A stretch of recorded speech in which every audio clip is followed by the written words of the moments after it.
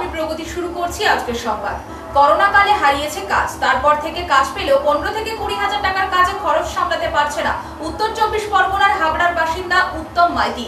সংসার রয়েছে, আরো উচ্চ শিক্ষায় শিক্ষিত হতে চায় সে। অনেককে বলেছে, কেউ সহযোগিতা করেনি, ব্যাংক থেকেও ঋণ জোটেনি। শেষমেশ এটিএম থেকে টাকা লুট করার ভাবনা মাথায় আসে, যা ভাবনা তাই কাজ। করোনা কালে হারিয়েছে কাজ, তারপর থেকে কাজ পেলেও 15 থেকে 20,000 টাকার কাজে খরচ সামলাতে পারছে না উত্তর 24 পরগনার হাওড়ার বাসিন্দা উত্তম মাইতি। সংসার রয়েছে, আরো উচ্চ শিক্ষায় শিক্ষিত হতে চায় সে। অনেককে বলেছে, কেউ সহযোগিতা করেনি, ব্যাংক থেকেও ঋণ জোটেনি। শেষমেশ এটিএম থেকে টাকা লুট করার ভাবনা মাথায় আসে, যা ভাবনা তাই কাজ। মিছিলের একটি গ্যাসের দোকান থেকে গ্যাস সিলিন্ডার সহ এটিএম কার্ড বার্নার সংগ্রহ করে এই 35 বছর বয়সী ইঞ্জিনিয়ার। সরঞ্জাম বাসে চাপিয়ে পূর্ব মেদিনীপুরের দীঘার কাছে রামনগর থানা এলাকার রামনগর বাসস্ট্যান্ডে এসে পৌঁছায়। রাত্রি 9টার দিকে পৌঁছে একটি গুমটি দোকানের আড়ালে প্রায় অর্ধরাত্রি পর্যন্ত অপেক্ষা করে। এরপর গ্যাস সিলিন্ডার সহ গ্যাস কাটার নিয়ে কাছেই রাস্তার অপর দিকে থাকা একটি সরকারি ব্যাংকের এটিএমে ঢুকে পড়ে। রাত্রি 12টার দিকে রাস্তাঘাট বাস স্ট্যান্ড শুনশান হয়ে গেলে ঢুকে পড়ে যুবক। এটিএমের শাটার নামিয়ে দেয়, তার আগে শাটারের বাইরে শাটার নামিয়ে লিখে দেয় এটিএম বিকল রয়েছে। এরপর চলে 3 ঘন্টা ধরে অপারেশন। এটিএমের সাইডে গ্যাস কাটার দিয়ে কেটে ভেতর থেকে কয়েক লক্ষ টাকা হাতিয়ে নেয়। নিজে যেহেতু ইঞ্জিনিয়ার, টাকা কিভাবে কোথা থেকে থাকতে পারে সেটা তার অজানা ছিল না। প্রায় ভোররাতে রাস্তায় যখন মানুষজনের চলাচলের শব্দ পায়, গ্যাস কাটার সরঞ্জাম এটিএমের মধ্যে ফেলে কেবল টাকার ব্যাগ নিয়ে চম্পট দেয় ইঞ্জিনিয়ার যুবক। এরপর ব্যাংক কর্তৃপক্ষ জানতে পেরেই হইচই পড়ে যায় এলাকায়। রামনগর থানায় অভিযোগ দায়ের করা হয়। পুলিশ সরঞ্জাম সিজ করে ঘটনাস্থলে এসে পাশাপাশি তদন্ত শুরু করে দেয়। সিসিটিভির ফুটেজ দেখে পুলিশি অভিযান চালায়। গত 8ই মে এটিএম কেটে টাকা লুট করেছিল। প্রায় 3 মাসের পর রবিবার হাবড়ার বাড়ি থেকে ধরা পড়ে যুবক। এর আগে পূর্ব মেদিনীপুরের তমলুক শহরে একটি বেসরকারি ব্যাংকের এটিএমও লুট করার চেষ্টা চালিয়েছিল। যুবককে গ্রেপ্তারের পর কাঁথি আদালতে পেশ করে পুলিশ। আদালতের নির্দেশে পুলিশ হেফাজতে নিয়ে যুবককে জিজ্ঞাসাবাদের পর জানতে পারে তার পরিস্থিতির কথা। সবকিছু সত্যি জানিয়েছে যুবক, এমনটাই পুলিশ মনে করছে। একদিন দীঘায় বেড়াতে এসে রামনগর বাসস্ট্যান্ডে তার নজরে পড়েছিল একটি এটিএম। খুব নির্জনে রয়েছে এটিএম, সেই থেকে টার্গেট করেছিল। তবে সঙ্গে আরও কেউ ছিল কিনা সেটাও খতিয়ে দেখছে পুলিশ। প্রাথমিক তদন্তে একাই করেছে সে, পুলিশ মনে করছে। আজ ছিল পুলিশের পুনর্নির্মাণ তদন্ত। অভিনয় করে ঘটনাস্থলে কিভাবে সে এসেছিল এবং টাকা লুট করেছিল সবটাই দেখালো যুবক। পুলিশ সূত্রে খবর, জেলায় আরও কয়েকটি এটিএম লুট হয়েছে, সবটাই তদন্ত চলছে।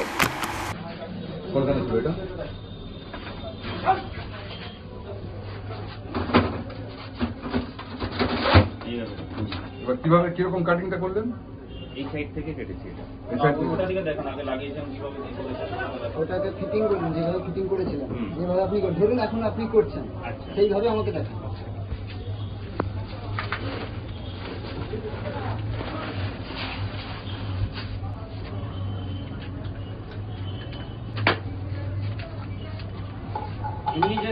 এমনি জাস্ট লাগে।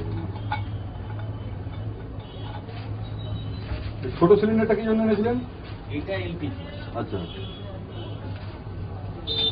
দুটো লাগাতে হয়? হ্যাঁ।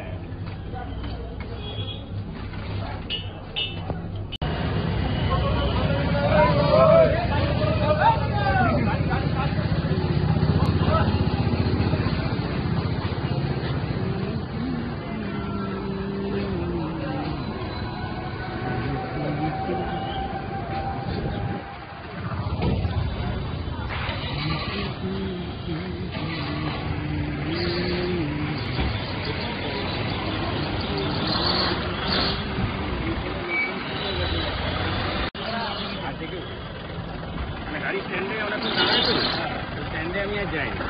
গাড়ি রান হওয়ার পরে আমি বেরিয়ে গাড়ির নাম কি মনে নেই না, ও প্রাইভেট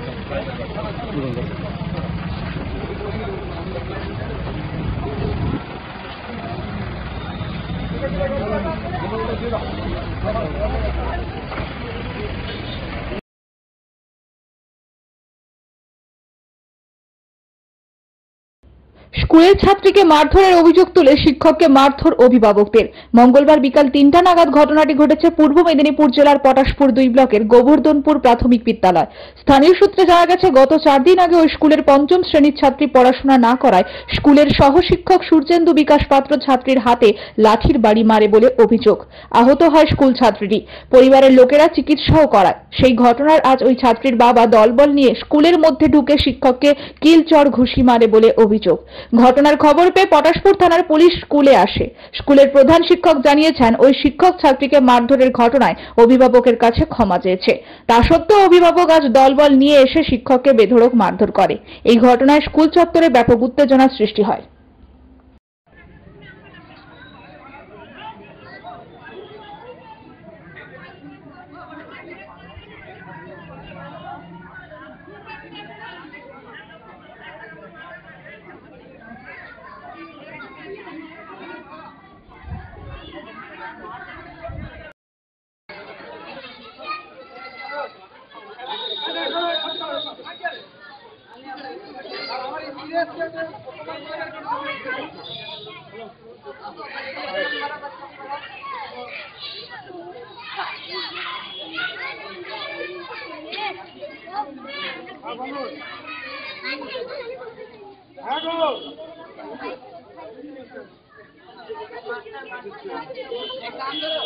আপনার সঙ্গে কি ঘটনা ঘটেছে অভিভাবক? হ্যাঁ বলছি, আজ থেকে প্রায় 7-8 দিন আগে 4 তারিখ, বিগত 4 তারিখ, আমি ক্লাস 5-এর ইংরেজি পড়াই। মুর্শিদা আমার অত্যন্ত স্নেহের ছাত্রী। দীর্ঘদিন ধরে একটা বিষয় টেন্স পড়াচ্ছিলাম ওদেরকে, সহজ করে, বর্তমানকাল, অতীতকাল, ভবিষ্যৎকাল। আমি বহুবার তাদেরকে বলেছি, বাবা এটা জানতে হবে, বুঝতে হবে। বহুবার, আজকে প্রথম দিন থেকে, আজকে 8 মাস হয়ে গেল, আমাদের শিক্ষাবর্ষ শুরু হয় প্রথম দিন থেকে, মানে ইয়ারের প্রথম দিন থেকে। কিন্তু বারবার বলা সত্ত্বেও তারা পারছিল না। বহু ধৈর্য ধরে আমি বুঝিয়েছি। সেদিনও আমি তাকে প্রথমবার জিজ্ঞেস করলাম, পারেনি, আবার বুঝালাম, আবার পারেনি। আমি তারপরে খুব একটা রাগ হয়ে তাকে আমি মেরেছি। ডান হাত তাকে বের করতে বলেছি, ডান হাতের চেটোতে আমি মেরেছি। কখানা মেরেছি আমার হিসাব নেই, তবে এটা অস্বীকার করার নেই যে লেগেছে তাকে। আমি একজন শিক্ষক মানুষ গড়ার কারিগর। আমিও অত্যন্ত কষ্ট পেয়েছি তাকে মারার পর। তারপরে আমাদের স্কুল পরিচালনার মনিটরিং কমিটি আছে। সেই মনিটরিং কমিটি গত শনিবার দিন বসা হয়েছে। সেখানে সামগ্রিকভাবে আলোচনা হয়েছে। মনিটরিং কমিটির দায়িত্বও নিয়েছে এবং তার মেয়েটির পরিবারে গেছিল। তাদেরকে বলে দিয়ে আসছে, যদি আমি যেটা শুনেছি যে তার বাবা এলে আর একটা বসা হতে পারে। আচমকা আজকে তার বাবা কবে এসছে জানি না, তার বাবা বাইরে থাকতেন। তার বাবা এসে আচমকা, আমি ক্লাস করছিলাম, আমার একজন গার্ডিয়ান তিনি আমাকে ডাকলেন, আমি এলাম। আমার আরও কয়েকজন সহশিক্ষক ছিল, আমাদের হেডমাস্টারমশাইকে আমি ডাকলাম, এলো। তিনি আমাকে প্রশ্ন করছেন, আপনি কি পড়ান? হ্যাঁ, আপনি যে প্রশ্নটা করেছেন সে প্রশ্নটা সিলেবাসে আসে কিনা? আমি একজন শিক্ষক, যারা পড়াশোনার সঙ্গে যুক্ত তারা জানেন, শুধু সিলেবাসের মধ্যে কেউ থাকে না, তাকে বাইরে যেতে হয়। যাই হোক, আমি আশা করছিলাম তার বাবা ধৈর্য ধরবেন, একজন শিক্ষকের মর্যাদা রাখবেন। আচমকা আমার উপরে চড়াও হয়, 4-5টি ঘুষি আমাকে মারে, প্রবলভাবে মারে। আমি যেতে চাইছিলাম না অন্য কোথাও। আমি ভাবছিলাম হয়তো আমার শাস্তি আর এর পুরস্কার হচ্ছে এটা। কিন্তু আমার সহশিক্ষিকারা তারা জোর করে আমাকে অন্যত্র নিয়ে যায়। আমি ফোন করেছিলাম আমাদের SISকে, পাইনি। আমি নজিবুর বাবু, আমাদের যিনি সভাপতি আছেন, তাকেও ফোন করেছিলাম, তিনি ফোনটা ধরেননি। তখন নিরুপায় হয়ে আমি পুলিশ প্রশাসনকে জানিয়েছি। পুলিশ প্রশাসন ঘটনা ঘটার প্রায় মিনিট 10-15 বা 20-র মধ্যে, আমার এক্সাক্ট ফিগারটা, টাইমটা মনে নেই, মধ্যেই এসেছে। আমি এখন বসছি। আপনি কি চাইছেন? পূর্ব মেদিনীপুর জেলার ময়না বিধানসভা বাগচা গ্রাম পঞ্চায়েতের গোড়ামহল গ্রামে ময়নার বাগচাতে বিজেপির বুথ সভাপতি বিজয় ভূঁইয়া খুনের ঘটনায় কলকাতা হাইকোর্টের নির্দেশে মঙ্গলবার 9টি বাড়িতে তল্লাশি চালিয়েছে এনআইএ। পূর্ব মেদিনীপুর জেলার ময়না বিধানসভা বাগচা গ্রাম পঞ্চায়েতের গোড়ামহল গ্রামে ময়নার বাগচাতে বিজেপির বুথ সভাপতি বিজয় ভূঁইয়া খুনের ঘটনায় কলকাতা হাইকোর্টের নির্দেশে মঙ্গলবার 9টি বাড়িতে তল্লাশি চালিয়েছে এনআইএ। এই মুহূর্তে মনোরঞ্জন হাজরা, অমিতাভ ভঞ্চ, প্রদীপ কর, স্বপন ভৌমিক, শুভেন্দু ভৌমিক, মোহন মণ্ডল, কমল খুঁটিয়া, বুদ্ধদেব মণ্ডল এদের বাড়িতে তল্লাশি চলছে। সূত্রের খবর, মনোরঞ্জন হাজরার বাড়িতে এই মুহূর্তে কেউ নেই। তালা ভেঙে এনআইএর 5 আধিকারিক, সে সঙ্গে রাজ্য এবং কেন্দ্রীয় পুলিশ নিয়ে তদন্ত চালানো হচ্ছে বলে জানা গেছে। অপরদিকে অমিতাভ ভঞ্জনকে আটকে রেখে তার একটি ট্রাস্ট ছিল, সেই ট্রাস্টের তদন্ত চালাচ্ছে এনআইএর দল। এই মামলা সিবিআই ও এনআইএর তদন্ত হয় নাকি তাকিয়ে রয়েছে জেলা বিজেপি নেতৃত্ব থেকে পরিবারের সদস্যরা।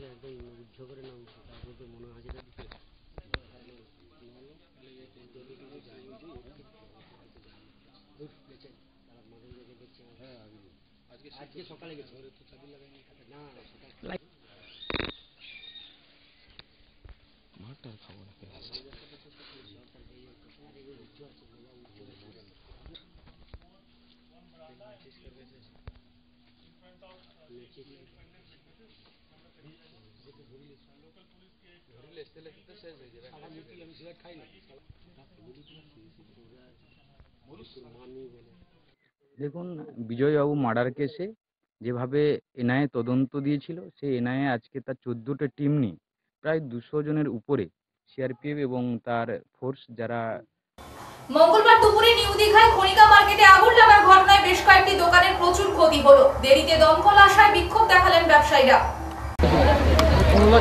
মঙ্গলবার দুপুরে নিউ দীঘায় খনিকা মার্কেটে আগুন লাগার ঘটনায় বেশ কয়েকটি দোকানে প্রচুর ক্ষতি হলো। দেরিতে দমকল আসায় বিক্ষোভ দেখালেন ব্যবসায়ীরা। জানা গেছে, দীঘার মতো একটি পর্যটন কেন্দ্র হলেও দীঘায় কোনো দমকল কেন্দ্র নেই। কোনো কিছু ঘটনা ঘটে সেই রামনগর থেকে দমকল এলে তবেই আগুন নিয়ন্ত্রণে আনা যাবে। মঙ্গলবার দুপুরে দীঘায় খনিকা মার্কেটে একটি নতুন দোকানের কাজ চলছিল আর তাতে ওয়েল্ডিং মেশিন ব্যবহার করা হচ্ছিল। সেই মেশিনের আগুন ছিটকে গিয়ে পাশে থাকা দোকানে আগুন লাগে।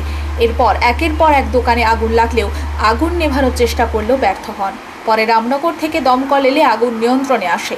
দীঘার ব্যবসায়ী থেকে সাধারণ মানুষের দাবি, দীঘাতে একটি দমকল কেন্দ্র গড়ে তোলা হোক, কারণ যে কোনো সময় আগুন লাগতে পারে। আর রামনগর থেকে দমকল আসার আগেই সমস্ত পুড়ে নষ্ট হয়ে যাচ্ছে। তবে এই দিন কী কারণে আগুন লাগলো তার তদন্ত করছে পুলিশ। তো কিছুই নেই, ঘন্টে ঘন্টে এলানি না, ঘন্টে বেশি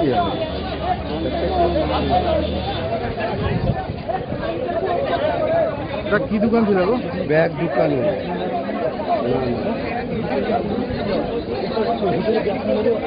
হ্যাঁ,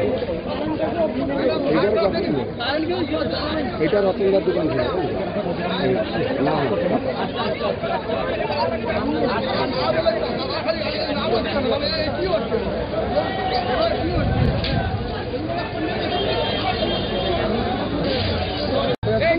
দেখি সোজা জল দেওয়া করে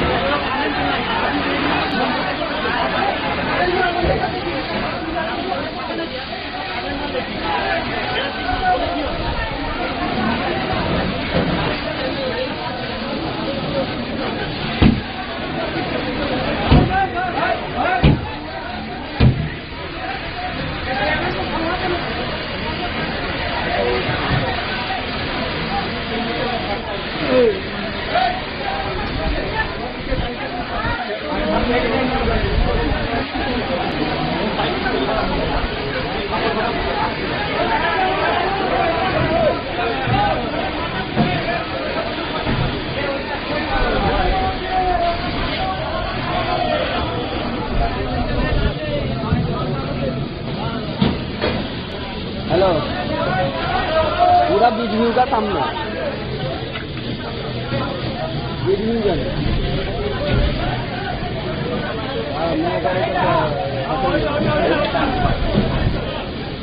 रेस्टोरेंट का सामने नहीं रेस्टोरेंट या और जहाँ आग लगे उसका सामने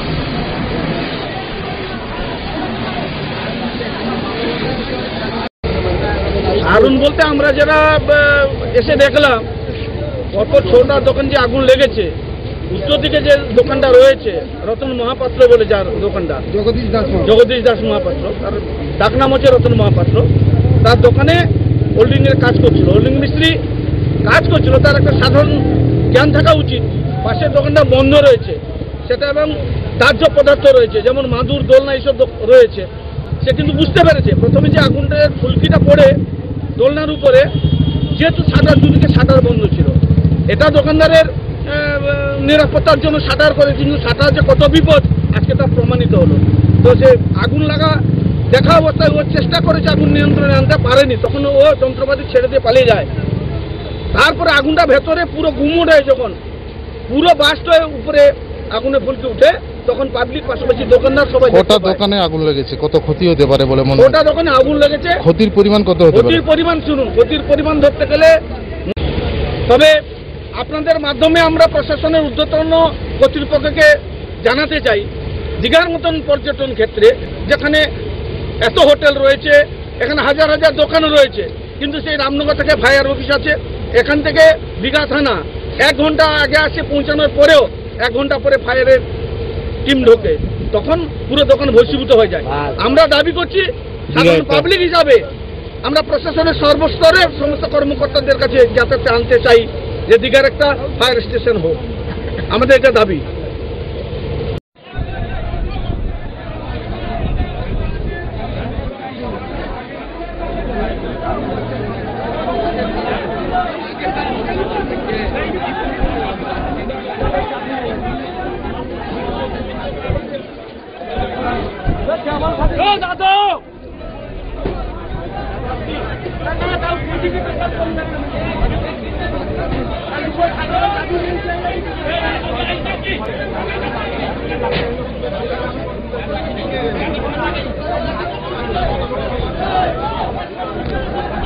যাদবর দোকান খুলেনি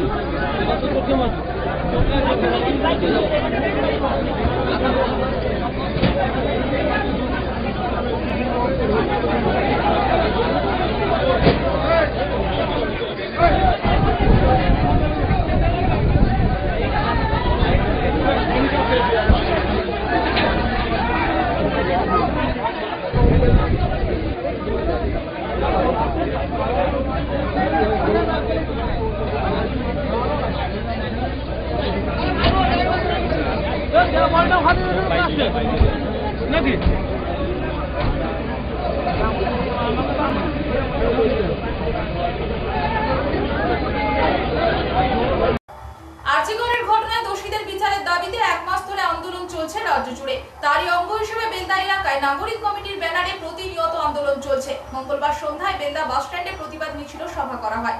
বিচারের দাবিতে তারা সোচ্চার হন। বিশেষ করে সারা রাজ্যের প্রায় সর্বত্র চলছে আরজিকরের ঘটনায় বিচারের দাবিতে আন্দোলন। কখনো দিনের বেলায়, আবার কখনো রাত জেগে এই আন্দোলন চলছে। প্রশাসনিক অনুমোদনের প্রয়োজন ছাড়াই এই আন্দোলন আজ 1 মাস ধরে চলছে বিচারের দাবিতে।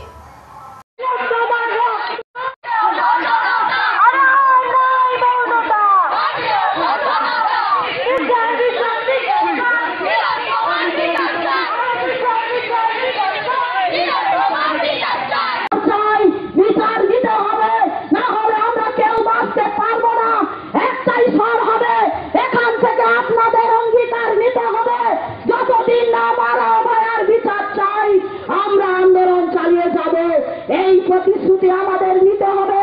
আমরাও সবাই এই অঙ্গীকার করি, আজকে শুধু এই মোমবাতি মিছিল নয়, আমরা দীর্ঘদিন এই আন্দোলন চালিয়ে যাব।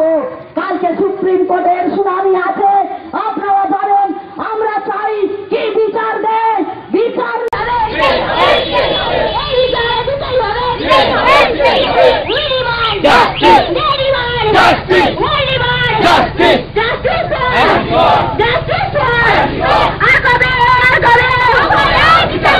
আগামী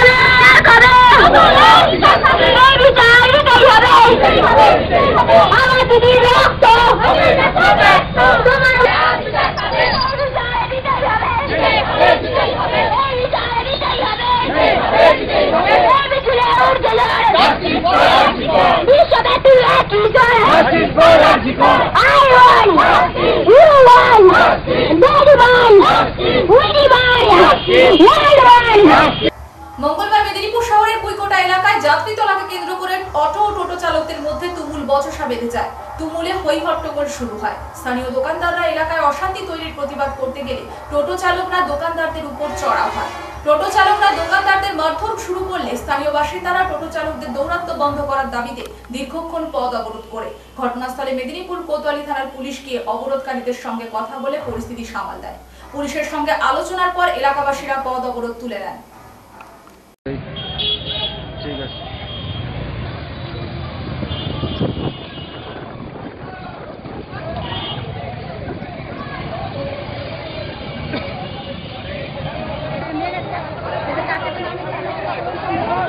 দোকানদারটাকে মেরে রক্ত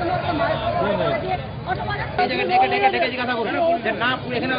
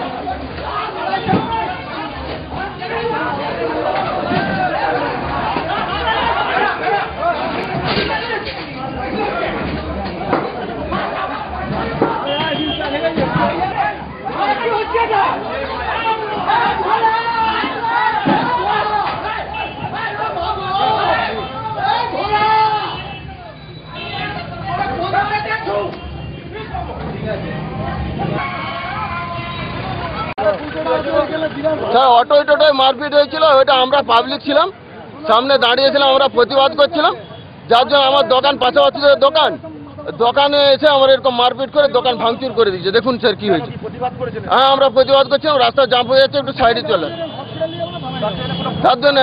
হ্যাঁ পুলিশ ছিল, তারা এসেছিল, আসার পরে পুলিশ যখন চলে যায় তখন এসে আমার আবার এরকম ভেঙে মারপিট করে। হ্যাঁ আমার পান দোকান স্যার। এখনো ঘটনাটা শুনলাম, ফোনটা শুনেছি, দিয়ে আমি এসেছি এলাকায় এক্ষুনি। তো আসার আগে দেখছি সব হয়ে গেছে। তো এটা তো উচিত না, মানে যেই করুক জিনিসটা করা উচিত না, এইভাবে মারাটা উচিত না, এইভাবে দোকানদানি ভাঙা উচিত না। আমি এখনো ঘটনাটা জানিনি ডিটেলসে, আমি এলাম এই মাত্র শুনবো। না এটা তো উচিতই না, মারাটা তো সম্পূর্ণ মানে বেআইনি। মারবে কেন? একটা কথার মাধ্যমে আসতে পারতো, যুক্তির মধ্যে আসতে পারতো। এবার কি কারণে মেরেছে, কি বৃত্তান্ত, আমি এসেছি, আমি দেখি, যোগাযোগ করি। সংবাদ এই পর্যন্ত, নমস্কার।